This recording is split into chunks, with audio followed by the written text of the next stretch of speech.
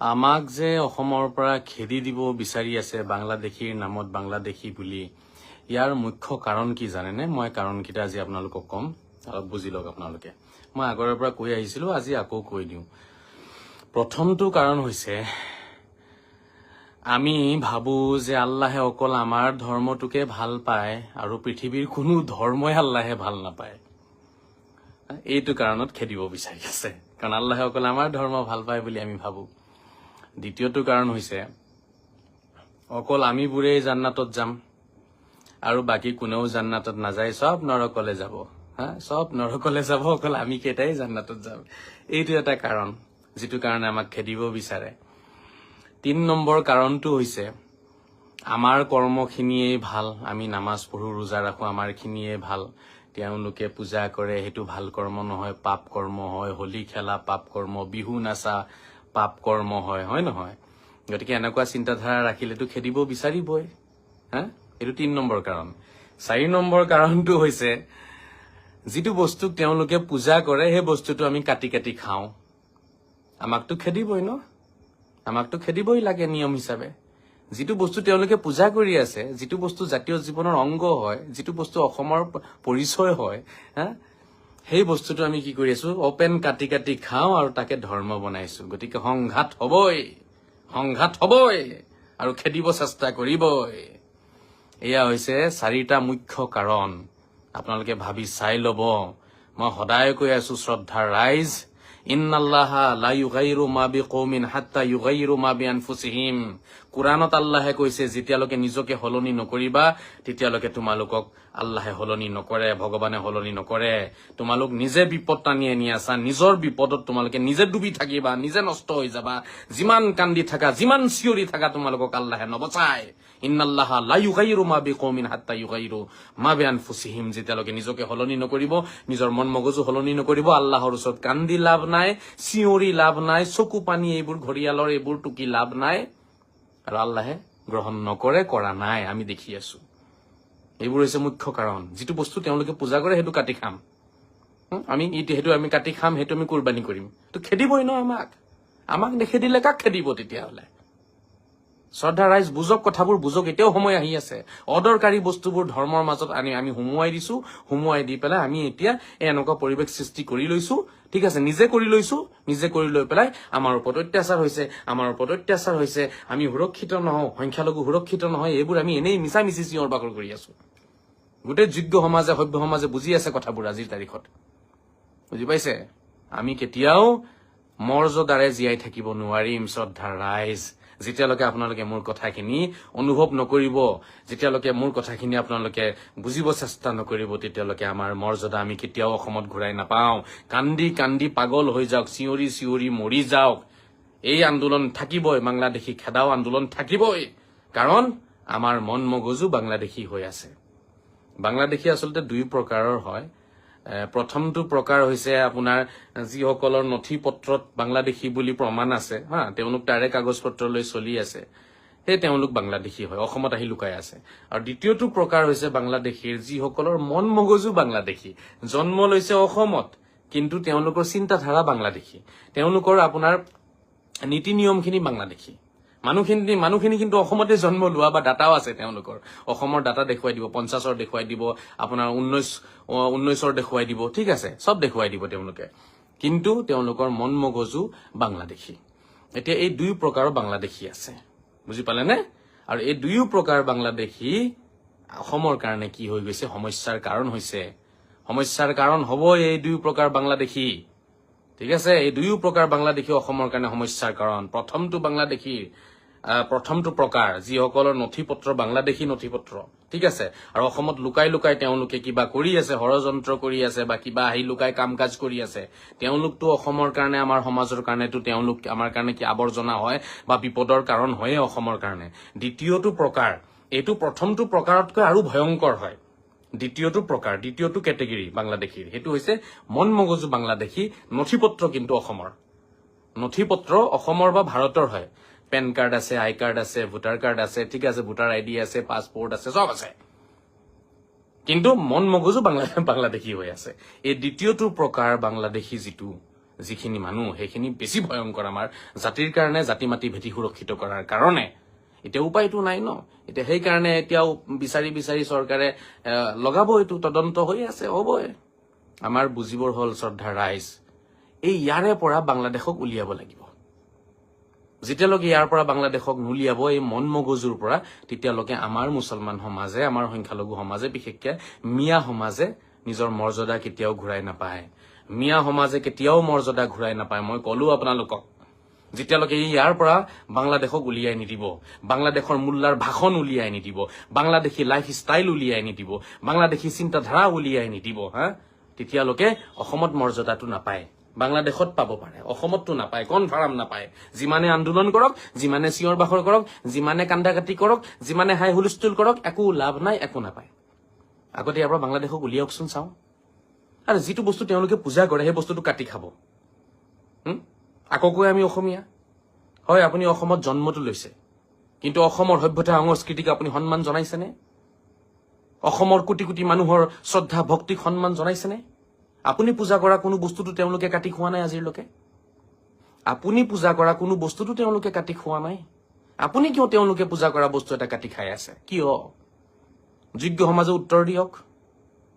যোগ্য সমাজে উত্তৰটো দিয়ক মোক। আপুনি পূজা কৰা কিবা বস্তু তেওঁলোকে কাটি খাইছে নেকি? মোক দেখাওকচোন, কোনোবাই দেখাব পাৰিব? আপুনি পূজা কৰা কিবা বস্তু তেওঁলোকে কাটি খাই আছে নেকি? আপুনি দেখাব নোৱাৰে। কিন্তু তেওঁলোকে পূজা কৰা বস্তু এটা আমি কাটি খাই আছো, দিনে ৰাতিয়ে কাটি খাই আছো। তাৰ পিছতো আমি কওঁ আমাক নেখেদিব, আমাক নেখেদিব, আমাক অত্যাচাৰ নকৰিব। তো কিয় নকৰিব? কিয় নকৰিব? কিয় খাই আছা সেই বস্তুটো? কিয় কোৰবানী কৰিব লাগে? ইমানকে বুজাই আছো যে মই দিনে ৰাতিয়ে 4-5 বছৰে মই বুজাই আছো, মোক কোনো ভাল নাপায়। এইবোৰ কথা কওঁ কাৰণে মোক কোনো ভাল নাপায়। মই এতিয়া আপোনালোকৰ শত্ৰু হৈ গলো নহয়। মই যেতিয়া কম গৰু খাও, হাম খায়েগা, হাম চালা খাকে ৰেহেগা, তেতিয়া মই মুছলমানৰ একদম লিডাৰ হৈ গলোহেঁতেন। এই মুস্তাফা কামাল আজহাৰীতকে ডাঙৰ লিডাৰ অসমত নাই। মুস্তাফা কামাল আজহাৰীতকে দৰদী কোনো অসমত নাই মুছলমানৰ। গৰু খায়েগা, হাম চালা খায়েগা, এনেকে মই চিঞৰিব লাগিছিলে নহয়। আৰু তলে তলে মই শিকাব লাগিছিলে, কাটো খাও চালা, কোনে কি কয় চাম। সেইখিনি কলে মই তেতিয়া চবতকে ডাঙৰ লিডাৰ হলোহেঁতেন অসমত। মই বাধা দিব লাগিছিলে, কোনেও বিহু নানাচিবি, কোনেও দুৰ্গা পূজাত নাযাবি, কোনেও সৰস্বতী পূজাত নাযাবি, কোনেও হোলী নেখেলিবি, কোনেও দেৱালী পালন নকৰিবি, কোনেও বিহু নানাচিবি। এনেকুৱা কথা মই কলে মই অসমত চবতকে ডাঙৰ লিডাৰ হৈ গলোহেঁতেন মুছলমান সমাজত। কিন্তু নহওঁ মই, কাৰণ মই এই কথাখিনি যে কৈ আছো সেইটো কাৰণে ময়ে বদমাছ, ময়ে শয়তান। হয় নহয়? মই বিহু নাচিব কওঁ কাৰণে মই বেয়া, মই দুৰ্গা পূজাত যাব কওঁ কাৰণে মই বেয়া, মই হোলী খেলো কাৰণেতো মই বেয়া ন, অন্যতো কোনো কাৰণ নাই। আপোনাৰ পৰাতো মই টকা পইচা খোৱা নাই চাগে, কাৰোৰ পৰা লেনদেনটো মই কৰা নাই চাগে, কাৰো মাটিটো মই ঠেলা নাই চাগে, হয় নহয়? আজি মই বেয়া। ভাবি চাই লওক আপোনালোকে।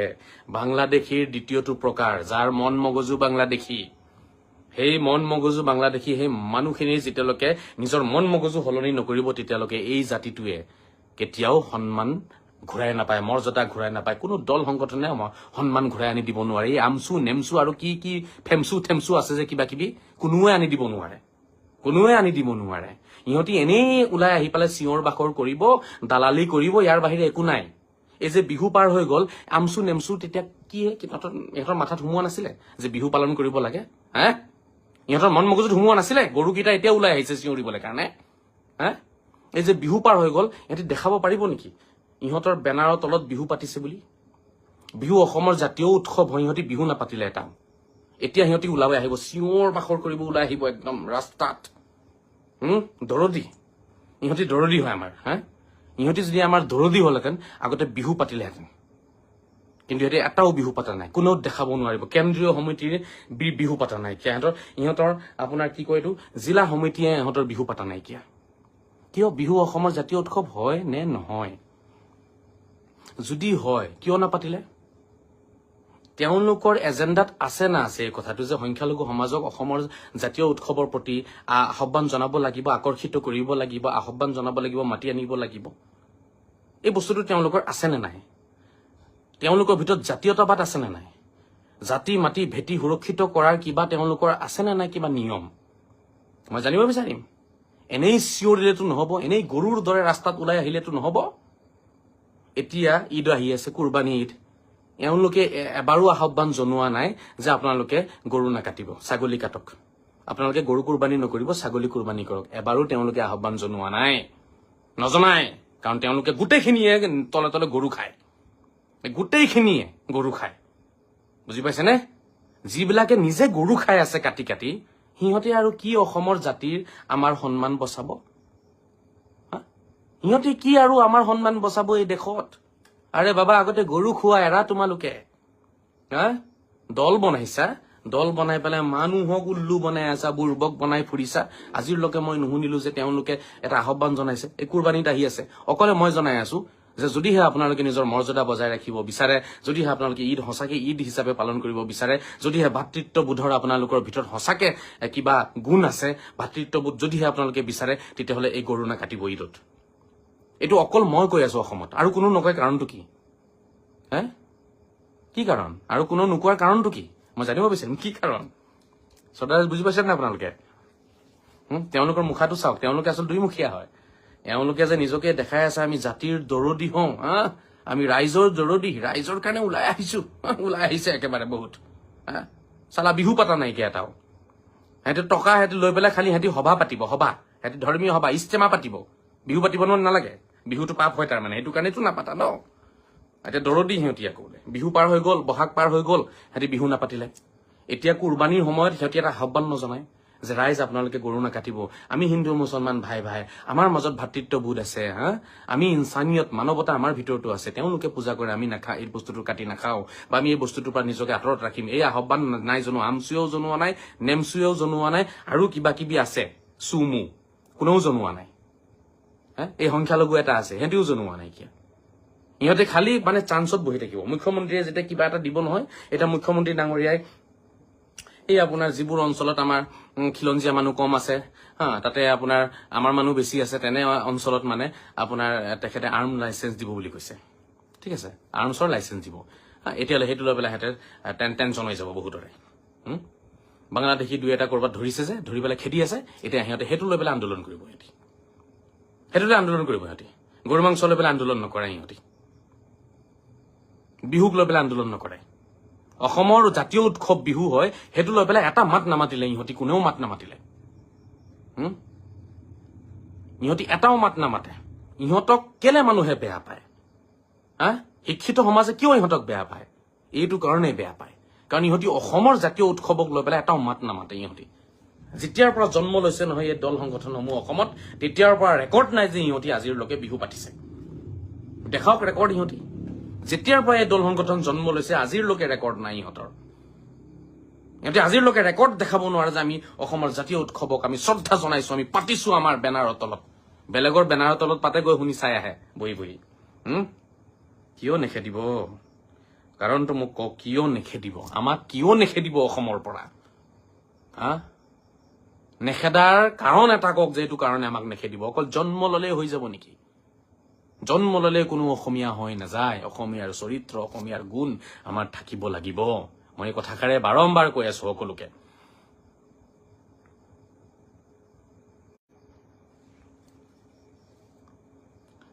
এই কথাষাৰ মই বাৰে বাৰে বাৰে অসমৰ ৰাইজক জনাই আছো। শ্ৰদ্ধাৰ ৰাইজ, কথাখিনি আপোনালোকে বুজক, অনুভৱ কৰক। কথাখিনি অনুভৱ কৰক। আপোনালোকে কেতিয়া অনুভৱ কৰিব কওক? অসমত থাকি আমি এই যে পাৰ হৈ গ'ল আমাৰ বিহু, আমি জানো বিহু পালন কৰিলো? আমাৰ গাঁৱত জানো আমি পালন কৰিছো বিহু? আমাৰ ল'ৰা ছোৱালীক জানো নাচিব দিলো? নাই দিয়া ন আমি বহাগত নাচিবলৈ কাৰণে, হয় নহয়?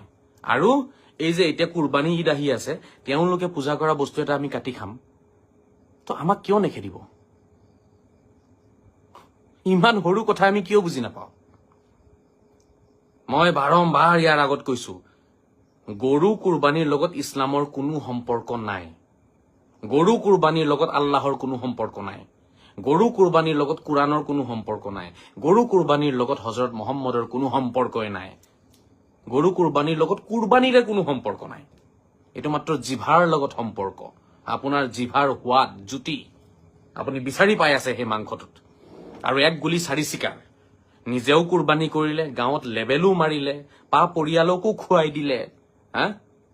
কুৰবানীও হৈ গ'ল। এক গুলি 3-4 চিকাৰ মানে এইটোত।